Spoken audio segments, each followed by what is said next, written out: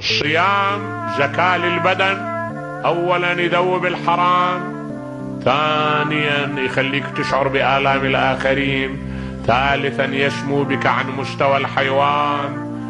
رابعا يولد عندك لون من الروحية،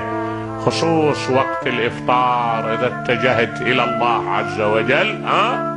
وقلت له اللهم إني أسألك رضاك والجنة وأعوذ بك من سخطك والنار،